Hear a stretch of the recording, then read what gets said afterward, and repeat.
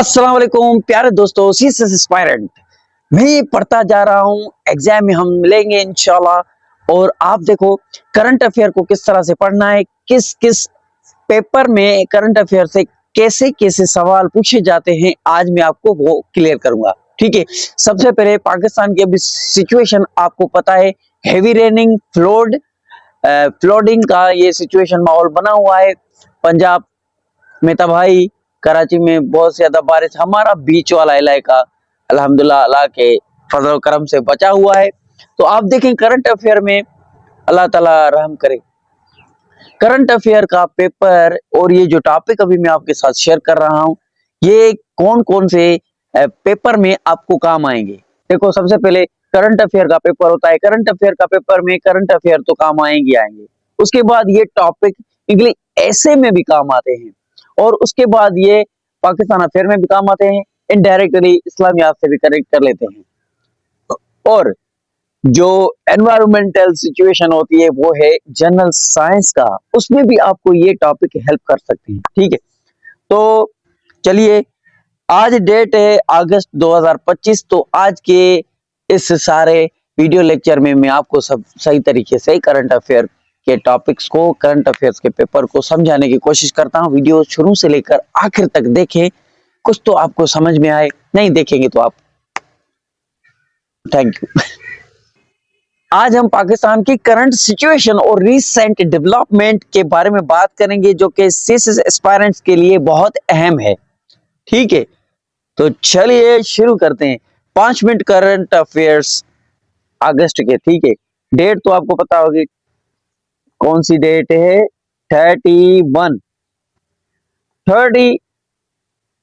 अगस्त 2025। ठीक है, सबसे पहले देखो करंट अफेयर्स के टॉपिक कहां कहां से पूछे जाते हैं। सबसे पहले पॉलिटिकल सिचुएशन देखी जाती है करंट अफेयर में। डॉन न्यूज में जो भी आप न्यूज देखते हैं, उनमें जो सीएसएस एग्जाम में एनालिसिस किया जाता है, आपसे तज्जिया पूछा जाता है, तज्जिया करो इसका।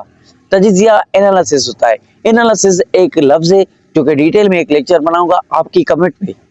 कोई भी सवाल हो CSS related, I am here to answer you. तो दूसरे नंबर पर जो करंट अफेयर में सवाल पूछे जाते हैं वो होते इकोनॉमिक कंडीशन। हमारे मुल्क की इकोनॉमिक कंडीशन किस तरह से है, किस तरह से उनमें ग्रोथ आया, किस तरह से डाउनफॉल आया, क्या क्या सिचुएशन है इकोनॉमी की, किस तरह से कंट्री को डेवलप किया जाए, किस तरह से हम अपने मुल्क को आगे लेके जाएं।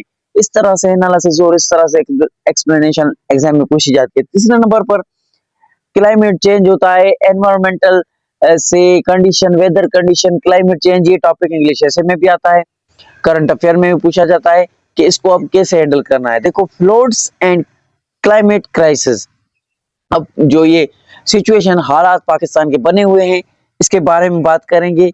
आगे हम इसको डिटेल में थोड़ा थोड़ा पढ़ेंगे, थोड़ा थोड़ा मैं आपको समझाऊंगा। पहले आप टॉपिक देखें, तीसरा टॉपिक था। ठीक है, चौथे नंबर पर टॉपिक आता है सिक्योरिटी सिचुएशन। अब ये भी एक टॉपिक है, इससे बहुत सारे सवाल आते हैं। मैंने ये ऐसे इस चैनल पर दे दिए हैं, प्लेलिस्ट में जाएं, इंग्लिश ऐसे जो सीएसएस में पूछे जाते हैं तकरीबन वो सारे मैंने दे दिए। सारे लेक्चर 2 साल से ये काम करता आ रहा हूं। दूसरे 5वें नंबर पर जो कि सवाल हर साल पूछा जाता है, foreign affairs, foreign policy of Pakistan, foreign relations, ये जरूर पूछा जाता है। कुछ भी हो जाए हर पेपर में, इंग्लिश ऐसे हो, करंट अफेयर हो, पाकिस्तान अफेयर हो, ये आपसे डायरेक्टली इनडायरेक्टली पूछा जाता है। Foreign relations, foreign affairs of Pakistan, ये आपके सिलेबस में भी है। तो इसके बाद हम कंक्लूजन करेंगे। तो ये आपको अभी मैं समझाता हूं कि पॉलिटिकल में क्या पूछा जाता है, सबसे पहले इकोनॉमिक कंडीशन में क्या पूछा जाता है, फ्लड एंड क्लाइमेट क्राइसिस क्या है, सिक्योरिटी चैलेंजेस सिचुएशन क्या है, फॉरेन रिलेशन और फॉरेन अफेयर्स के बारे में जो सवाल आते हैं वो क्या हैं। सबसे पहले देखो, इस वक्त पाकिस्तान की सियासी माहौलात काफी हेटेड है। फेडरल और प्रोविंस गवर्नमेंट के दरमियान पॉलिसी डिफरेंसेस और गवर्नेंस चैलेंजेस सामने आ रही हैं। इलेक्टोरल रिफॉर्म्स और अकाउंटेबिलिटी सिस्टम के इश्यूज पर मुख्तलिफ पार्टी एक दूसरे पर इल्जाम तराशी कर रही हैं। ये इनस्टेबिलिटी गवर्नेंस को डायरेक्टली अफेक्ट कर रही है।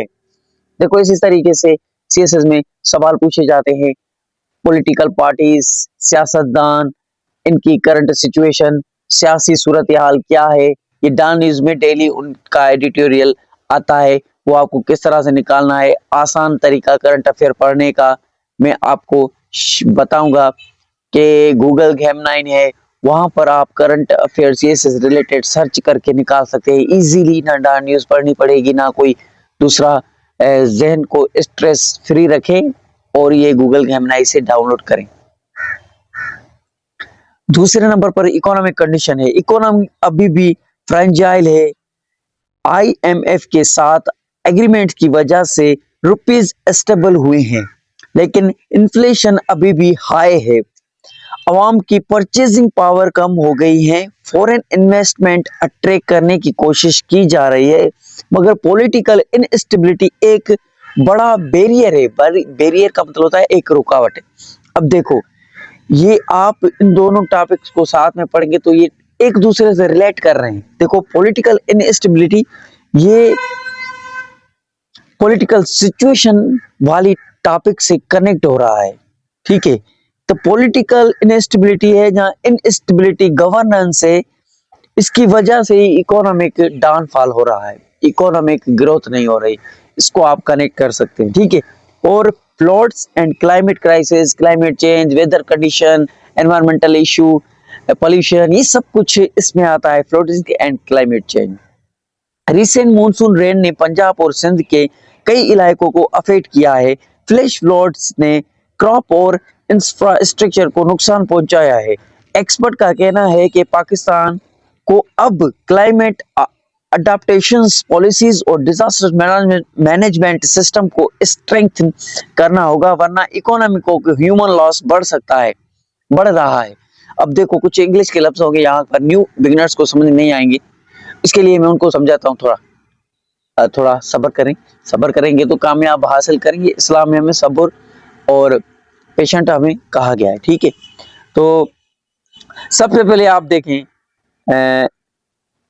क्रॉप का मतलब होता है फसल, जो जहां पर जमीन होती है हम फसल उगाते हैं। हम गंदम, गन्ने, राइस, जो भी ये फसल हम उगाते हैं, पोटैटो, टोमेटो, बैंगन, ये सब जिस जहां पर हम उगाते हैं, फसल करते हैं, वो जमीन नुकसान में जा रही है फ्लोडिंग और वाटर ज्यादा आने की वजह से। वो पानी वहां पर होगा तो फसल कैसे करेंगे, तबाही हो जाएगी।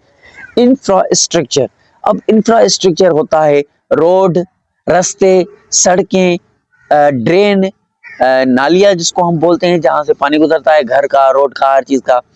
ये सारे जो रोड्स, एक इंफ्रास्ट्रक्चर एक मुल्क का बना होता है, एक शहर का बना होता है, रोड, सड़कें, नालियां, ये जो भी होता है ये इंफ्रास्ट्रक्चर होती है, को नुकसान पहुंचा रहा है हैवी रेनिंग और ये बारिश।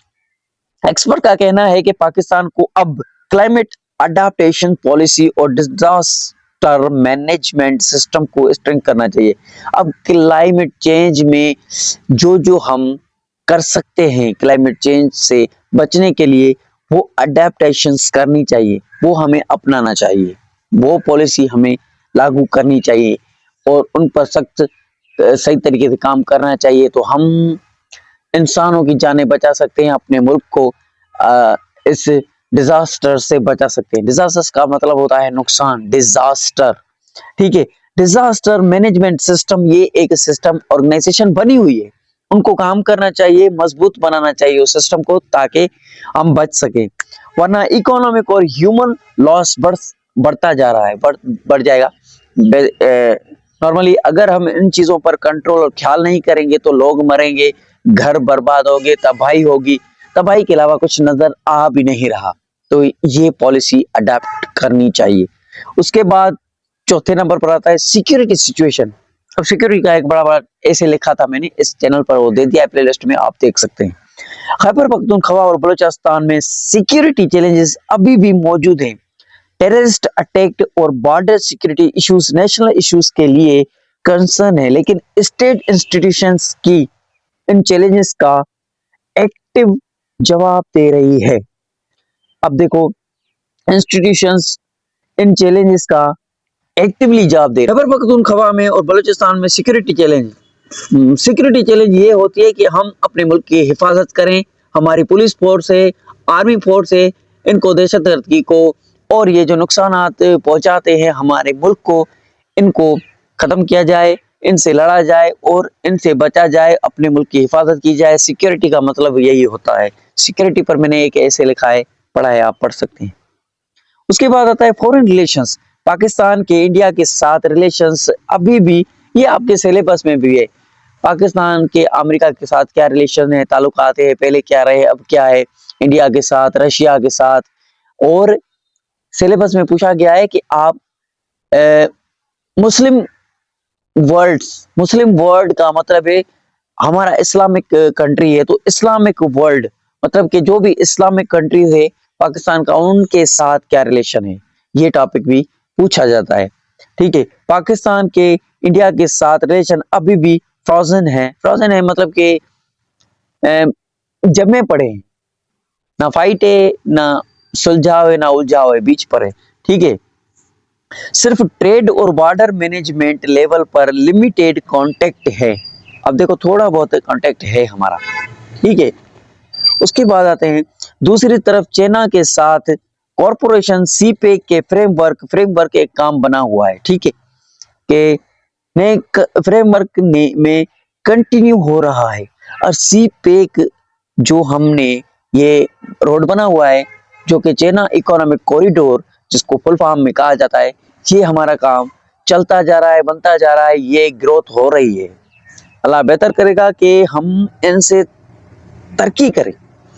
Middle east special south, middle east में कौन से कंट्री आते हैं, उनके उनसे हमारा क्या ताल्लुकात है। स्पेशली सऊदी अरबिया, यूएई के साथ इकोनॉमिक और डिप्लोमेटिक टाइज को और मजबूत बनाया जा रहा है। अब देखो, सऊदी अरबिया और यूएई के साथ इकोनॉमी, इकोनॉमी मतलब कि हमारा उनके साथ इंपोर्ट एक्सपोर्ट ट्रेड किस तरह से चल रहा है। ठीक है, ये टॉपिक पूछा गया है। उसके बाद डिप्लोमेटिक टाइज, डिप्लोमेटिक टाइज ये होता है जो कि हमारा फॉरेन मिनिस्टर होता है, वो वहां पर डिप्लोमेसी करता है, वो उनको अट्रैक्ट करने की कोशिश करता है। हमारा मुल्क ऐसा है, हमारे मुल्क में ये चीजें हैं, हमारे मुल्क में बहुत बड़ी बड़ी चीजें हैं, आप आए, आपको बहुत अच्छी सर्विसेज मिलेंगी। तो वो उनको अट्रैक्ट करने की कोशिश करता है, जैसे कि वो हमारे मुल्क में आए और हमारे मुल्क में इन्वेस्ट करें और हम उनके मुल्क में इन्वेस्ट करें, हमारा ट्रेड बढ़े। डिप्लोमेट के काम ये होते हैं। फॉरेन अफेयर्स जो ऑफिसर्स होते हैं डिप्लोमेटिक, उनका टाई हमारे साथ मजबूत बना हुआ है अभी। ठीक है, अल्लाह बेहतर करे। कंक्लूजन में देखते हैं, समिंग अप करते हैं। पाकिस्तान एक वक्त में मल्टीपल चेंजेस फेस कर रहा है। Political instability, economic fragile, climate disaster और सिक्योरिटी थ्रेट्स। लेकिन इन्हीं चैलेंजेस के अंदर अपॉर्चुनिटीज भी हैं, जैसे climate resilience projects, foreign investment और रीजनल कॉरपोरेशन। सीएसएस पेरेंट्स के लिए जरूरी है कि वो इन डेवलपमेंट को ट्रैक करें और अपनी एनालिसिस स्किल को इम्प्रूव करें। एनालिसिस करना मैं आपको सिखाऊंगा कि एग्जाम में करंट अफेयर के पेपर में एनालिसिस किस तरह से की जाती है। अब यहाँ पर मैं बैठा हूँ और मेरे साथ एक और बैठा है, इधर एक और बैठा है, हम चार पांच बैठे हैं और हम बातचीत कर रहे हैं कि यार अगर ऐसा होता तो ये सिस्टम, ये पॉलिसी लागू हो जाती, अगर ऐसा होता तो हम ये कदम उठाते। अब एक ने एक अपनी बात कही, दूसरे ने कहा नहीं, ये पॉलिसी तब अप्लाई होगी जब हम ये करेंगे तो ये होगा। अब तीसरे ने कहा आप दोनों अपनी जगह पर सही है, लेकिन सिचुएशन इतनी खराब है जिसकी वजह से हम ये कदम नहीं उठा सकते। और चौथे ने कहा ये पाकिस्तान में जो सूरत हाल बनी हुई है, इसको हम कैसे सॉल्व करें प्रॉब्लम को, ये सिचुएशन को अभी किस तरह से रोके, इसको किस तरह से टैकल करना है। तो ये जो चार लोग बातचीत करते हैं करंट अफेयर के पेपर में, ये अकेले आपको एनालिसिस करना है, अकेले आपको एनालिसिस करना है कि किस तरह से चार लोगों की बात आप खुद करेंगे, यहाँ दो लोगों की। पहले बताएंगे कि ये डिजास्टर इस तरह से होता है, फिर इस तरह से उन चार लोगों को, वो जो चार लोग बातचीत करते हैं वो एनालिसिस करते हैं, वो तजजिया करते हैं। आई होप कि आपको ये लेक्चर अच्छा लगा होगा और समझ में आया होगा, इंफॉर्मेटिव होगा। ऐसे ही लेक्चर में मिलेंगे फिर से। आप CSS MPT स्क्रीन टेस्ट की तैयारी कर रहे हैं तो पाकिस्तान अफेयर, पाकिस्तान हिस्ट्री जो कि CSS में बहुत ही अहम है और कंपलसरी है, जरूर लाजमी MCQs जो आएंगे मैंने वो सारे दे दिए हैं। सारे सब्जेक्ट 2 साल से दे रहा हूँ, सारा मटेरियल इस चैनल पर पड़ा है, CSS PML मटेरियल अवेलेबल है। तो एंजॉय करें, पढ़ें, टाइम निकालें, नोट्स बनाएं, याद करते जाएं, याद करते जाएं, याद करते जाएं, थोड़ा बहुत याद करते जाएं। Keep watching, stay connected. अल्लाह हाफिज।